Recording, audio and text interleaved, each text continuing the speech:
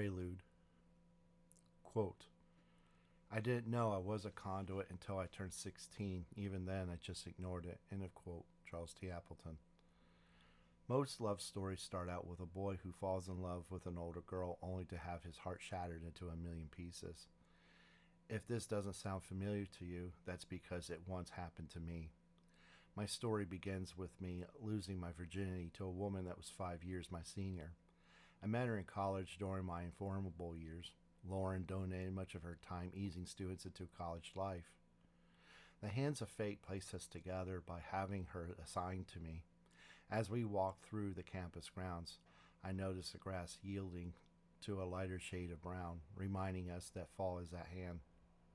Even the sky shone a deeper shade of blue, and yet I listened to Lauren as though I was in a dream, held captive by the curve of her lips that bent with every word she uttered.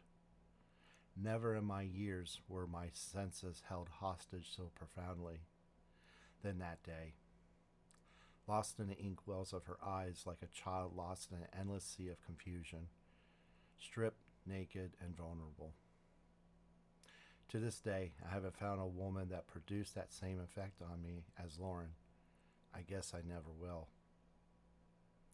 It took me a year to settle into college life and strangely found myself spending a lot of my free time with Lauren. She gained interest in the classes that I was currently enrolled in at the time, then switched topics about my personal life and future travels for the holidays. The questions stung me a bit, as I didn't have a place to go. The questions on their own I didn't mind. It was how she asked that I didn't care for. I felt vulnerable, as it were, and somehow I felt she placed her nose where it didn't belong. My parents are dead, I shouted, like how a doctor taps a knee. I was caught off guard by my own response. Lauren didn't utter a single word. I looked at Lauren with concern. I'm terribly sorry, I said, searching for the right word to use next. It's just, sometimes I'd rather not talk about it. Lauren's stare quickly gave way to a warm, inviting smile, followed by a hand sliding inside mine. I looked down, seeing our fingers interwoven with each other. I found myself staring back into her dark brown eyes as if I fell into them. I'm deeply sorry if I was out of line. I never saw you with anyone else besides me. It must be lonely, she said, sympathetically squeezing my hand, letting me know that I'm no longer alone. As I write this, a saying comes to mind. Time moves fast when you're having fun. Even in an early age, I knew the saying was sarcastic. But not so with Lauren. She's the one that made college life less lonely and more enjoyable, causing summer to speed its way to me once again without a sound. There's always a moment in a person's life that one replays in one's thoughts. For me, it was when Lauren surprised me with an invitation to join her in a log cabin that sits in the woods by the lake. I couldn't express how excited I felt. Furthermore, moved that she wanted to share her summer with me, a mere child. I cleared out my dorm and gave a spare key to a student that needed a place to crash for the summer. It appeared that his parents weren't too fond of his choice of dropping out of college. He told me that his parents kicked him out, followed by a stern ultimatum of either stay in college or find a place to rent with his own money. He chose the first and stayed, but in his haste, he already gave him up his dorm. I handed him my key to my dorm for the duration of the summer, but as luck would have it, a dorm surfaced, and he gladly took it. He handed me back my key and kindly thanked me for the gesture of kindness that I displayed to him. As I think about this account, I can't remember his name, but what I do remember is throwing my duffel bag into Lauren's car, hopping into the front passenger seat, looking forward to what lays ahead. "Are you excited?" Lauren asked me. I smiled, too excited to speak. Lauren laughed and turned up the volume to the car radio.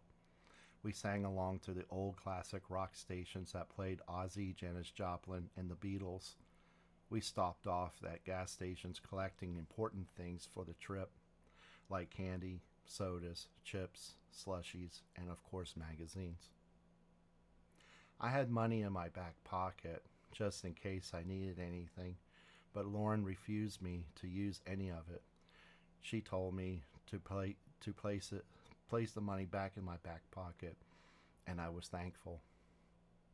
When we finally arrived at the cabin, I fell asleep in the car, feeling the gentle bumps of the road followed by the sounds that one hears from an open window that's been cracked open by a couple of inches, letting in just the right amount of air, feeling the cool breeze through my hair enough to place anyone in a deep state of relaxation. Sleep was what I needed for so long, but never received, until that trip to the cabin. Or maybe it's due to Lauren by how she calms my fears and eases my mind when I'm around her. Or perhaps it's the needed break from school, going out into the woods communing with nature. I awoke to the sound of Lauren pushing me awake, hearing her voice shout, "Oh, wake up, we're here." My eyes fluttered a bit as the brightness of the sun rudely forced my eyes to squint. At first, I couldn't see a thing as my eyes tried to focus on what was ahead. To my amazement, I awoke to a large body of water. "It's a lake," I shouted, having never been up close to a lake before. The wind blew lazily across it as if it had no place to go. The wind reminded me of myself in some ways, causing ripples but never seemed to go anywhere. Is that how my life is going to be? Lazily causing ripples but never more than that? That's when I saw my future in the ripples of the surface of the lake. A sudden gust of wind came to the car, and I smelled for the first time nature in all of its glory. My sleepy eyes gave a haziness to the brightness of the day. My eyes then cast themselves on Lauren. Her arms dripped over the steering wheel as she looked out through the windshield, catching the awesomeness of nature. "Isn't it the most beautiful thing that you've ever seen?" With her eyes fixed on the lake. "I park here so that you can see the lake up close. Do you like it?" I nodded my head and smiled through my sleepy thoughts. "I love it," I replied. During the later part of summer, I felt closer to Lauren than I have ever felt. We sat by the bonfire watching the sun disappear into the lake as it always had done before. I then decided to share my secrets with Lauren that I wouldn't share with anyone else. I told her of the death of my parents and how they died in a car accident. I shared with Lauren my deepest fears. I also shared with her my life going from one foster home to another, the abuse that I received, and being there. Tears quickly ran down her cheeks as I continued the story of my life. She hugged me and held me close to her. I placed my ear to her chest, feeling the beats of her heart, followed by the sounds of her lungs fall and rise as she breathed. It's the sound of what a child hears when their mother holds them, as the mother rocks her child back and forth, lulling them to sleep. It's the sound that I have forgotten, but now I remember. I pulled back my head, placing my lips to Lauren's. We kissed, letting loose all that's been pent up for so long. It's okay if you want to. I want you to, Lauren said, with her eyes filled with the burning blaze of the bonfire that reflected from the dark brown eyes. Do you? She asked. I simply nodded. We made love under a blanket of stars and didn't stop until the fire turned to amber, then finished the deed on her bed, protected by the warmth of the log cabin that sits quietly in the woods near the lake. I felt the joys of flesh for the first time in my life. I stayed up watching her, feeling lucky that she invited me to stay with her during the summer break. I woke to the smell of bacon and eggs cooking on the stove. The sun's rays crept over my face, causing a soft golden hue to everything in the room. Since I made love for the first time, I didn't know how to act towards her. I envisioned myself slapping her ass as I bent her backwards for a kiss. I laughed at this thought of doing such a thing as I got out of bed and made my way to the kitchen, where I saw a plate made for me. Good morning, is all she said to me with her matted hair. I nervously spoke with a quick good morning to her as she poured orange juice into a glass, but still she said nothing more to me. We left the cabin and cut our summer trip short. I knew it had everything to do with me. I fell back to sleep during the car ride to college. I was scared of what Lauren would say to me once she dropped me off. It has everything to do with my age. I felt the gentle pull of the car as it made its stop. I looked out the windshield and saw my building where my dorm room is. My eyes gazed back at her, but this time it wasn't her arms draped over the wheel of the car, but her hands covering her face as she cried. I'm so sorry that I took advantage of you last night. I can't see you anymore. I also decided not to donate any of my time with the school any longer. It's for the best. I got out of her car, choked back my tears as I collected my belongings. I never saw her again after that. 2 years later, I turned 18. 2 years later, I gave my life to the Catholic Church, studying deliriously to become a monk, which opened a door to a new life for me. Other monks praised my hard work and good study habits.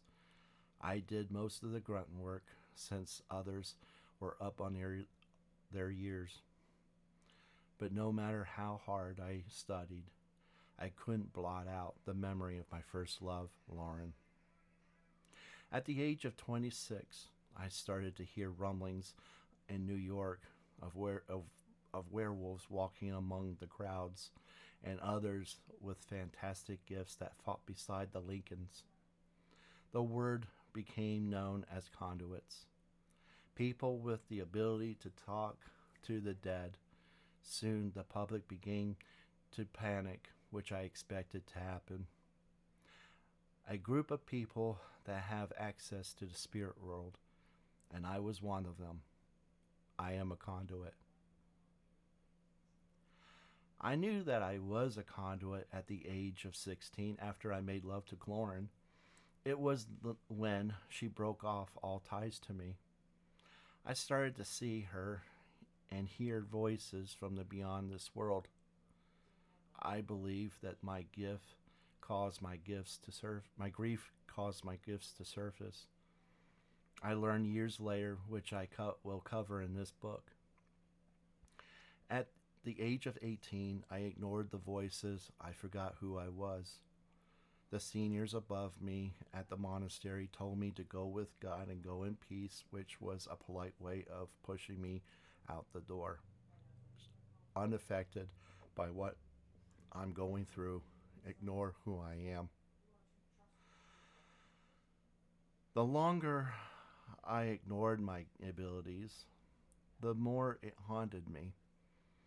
The voices became more substantial, and the visions were relentless until I took control and learned of who I was, which was impossible for me to do with my family dead and gone.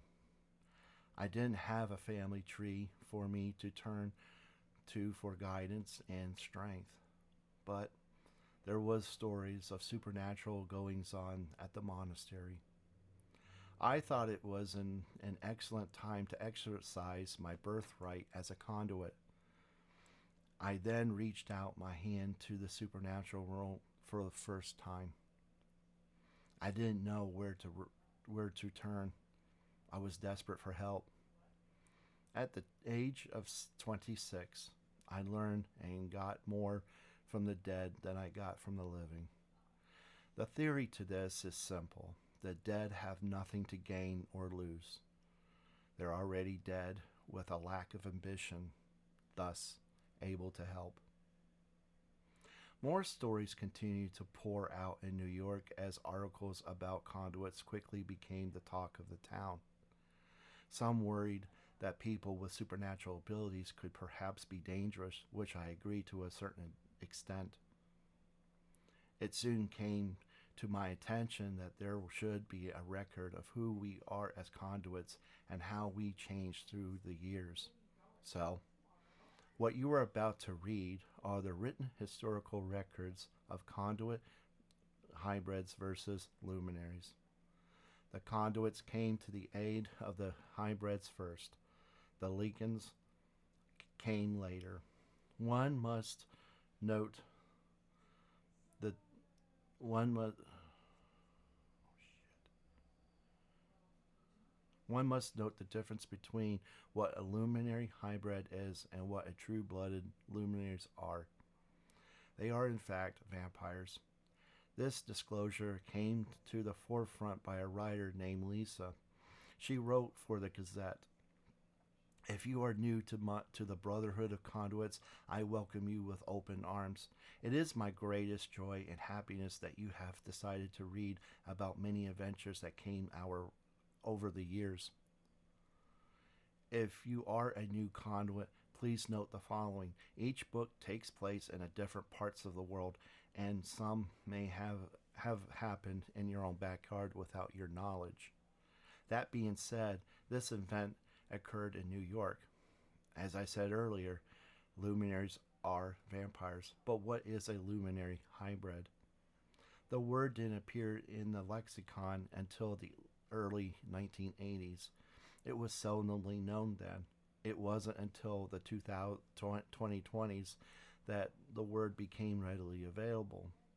It's thanks to Bradley for discovering the true nature of the hybrids. Once a conduit is turned by a vampire, the conduit side increases by the vampiric gene. The conduit gifts are as follows: hearing, seeing, and communing with the deceased. Some conduits may have pyrokinetic powers, i.e., starting fires with the mind, or the ability to move and bend objects with the mind, telekinetic. Some might be empathic, the ability to feel a person's feelings. In some cases, an empath may pick up on the emotion of said person weeks in advance before said person knows or of the emotion. There was a case on this phenomenon back in the late 70s. The word conduit was unknown during this time, but a case showed up in Texas. A woman walked by a man and she burst into hysterical crying. When the man asked the poor woman why she started to cry, she told him someone from his family would die. 2 weeks later, the man's mother fell ill and died.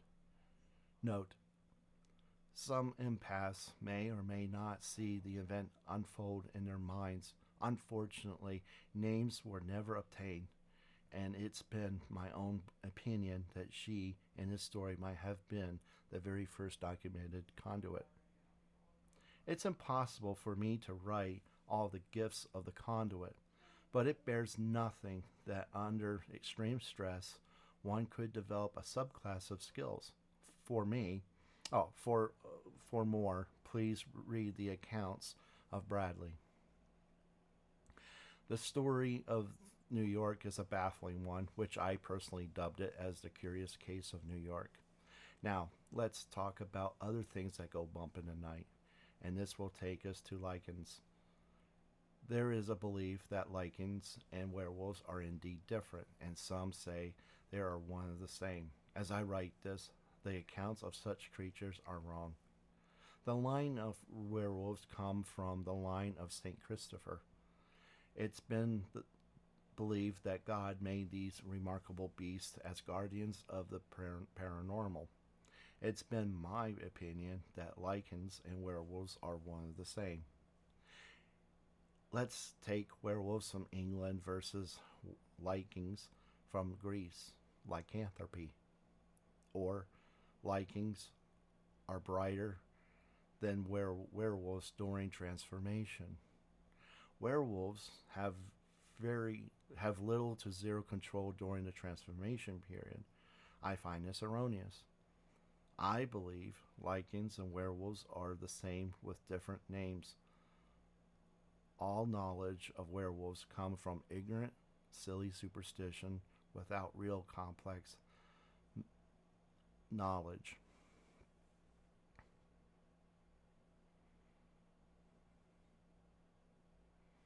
Example: the metamorphosis happens during the full moon.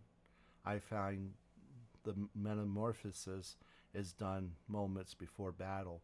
In other words, the change comes over them when it's essential, like being attacked. However, supernatural abilities are functional during human form. To learn more about this, please refer to Jason at the Clan. I hope you enjoyed this, and please keep rereading this book as these books update themselves with the magic of the she-wolves. The first interview is on Blind Joe. I've talked with him about the changes that he faced when a luminary came and turned him. He's one of the hybrid luminaries. I'll end this with great thanks and well wishes. I hope to the youngest of the conduits, to the Conduit Brotherhood, that this book gives you light in an otherwise dark period of your life. Just like all things, there is always hope in the light in our journeys. This book isn't to solve what happened in New York, but it should shine a light on the events of what happened. Take care, Monk.